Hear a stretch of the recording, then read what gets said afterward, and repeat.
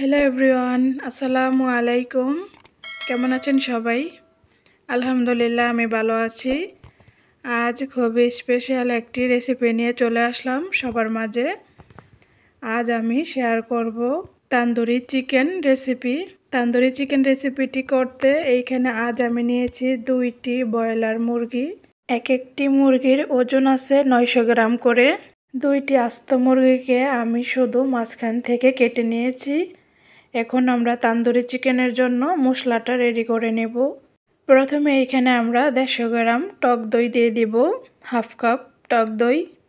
এখন সাথে অ্যাড করে দেব 1 টেবিল চামচ রসুন বাটা।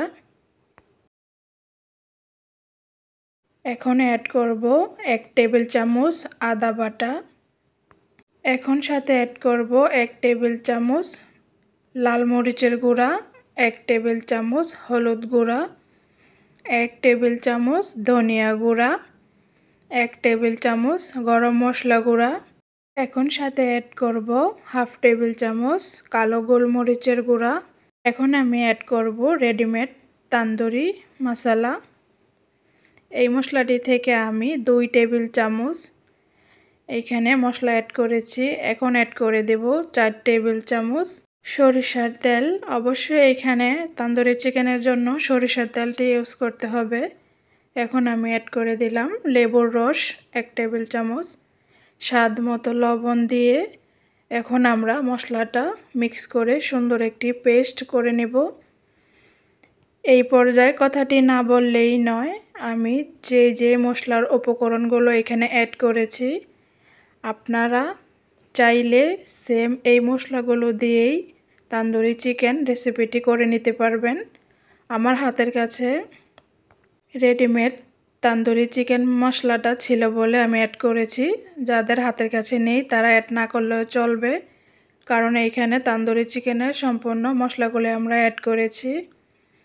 এখন আমি মশলাটি সুন্দর মতো ম্যারিনেট করে নেব চিকেনের মধ্যে।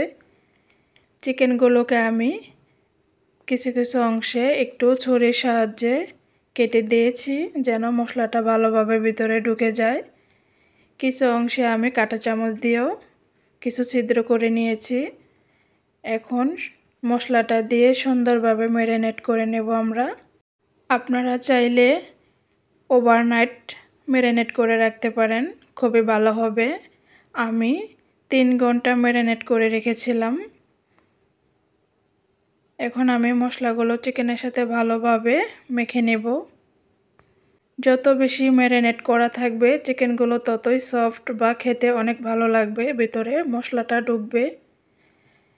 এখন আমি ভালোভাবে মেখে নিয়ে ম্যারিনেট করে ঢেকে 2 থেকে 3 ঘন্টার জন্য রেখে দেব।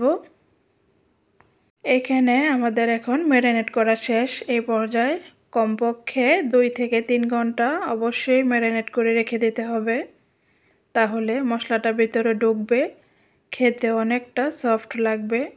তান্দুরি চিকেনটি আজ আমি ইলেকট্রিক ওভেনে করব। আপনারা চুলাতেও করে নিতে পারেন, চাইলে ইলেকট্রিক ওভেনেও করতে পারেন, যার কাছে যেইভাবে সুবিধা মনে হয়। আমি ইলেকট্রিক ওভেনের ভিতরে দেওয়ার জন্য এইখানে একটা ট্রে নিয়ে নিয়েছি। ট্রের মধ্যে এখন আমি এইখানে বেকিং পেপার বিছিয়ে দিব। যারা চুলায় করবেন তারা উপরে ফ্রাই প্যানে একটু বাটার ব্রাশ করে নেবেন। এইখানে আমার হাতের কাছে বাটার স্প্রে ছিল, বেকিং স্প্রে।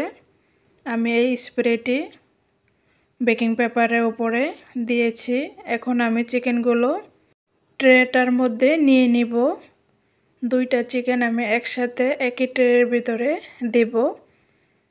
এই তো এখন আমি ইলেকট্রিক ওভেনটি আগে থেকে 10 মিনিট হিট করে নিয়েছি। প্রথম অবস্থায় ইলেকট্রিক ওভেনটি যতটুকু পাওয়ার আছে ততটুকু ফুল বাড়িয়ে দিবেন। তারপর যখন চিকেনটা এক পাশ উল্টিয়ে দিব তখন সেই পর্যায়ে আমরা একটু কমিয়ে দিব।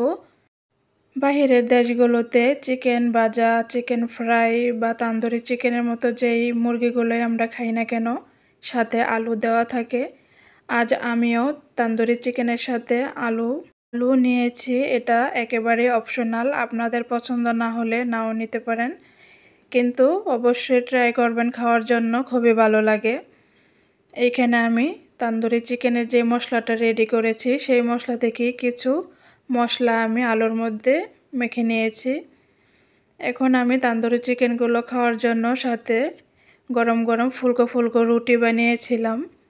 এই তো আলহামদুলিল্লাহ আমাদের তান্দুরি চিকেন রেডি। গরম গরম ফুলকো রুটির সাথে তান্দুরি চিকেন সাথে আলু। কেমন লাগলো আজকের রেসিপিটি অবশ্যই জানাবেন। ভালো লাগলে সবাই পাশে থাকবেন।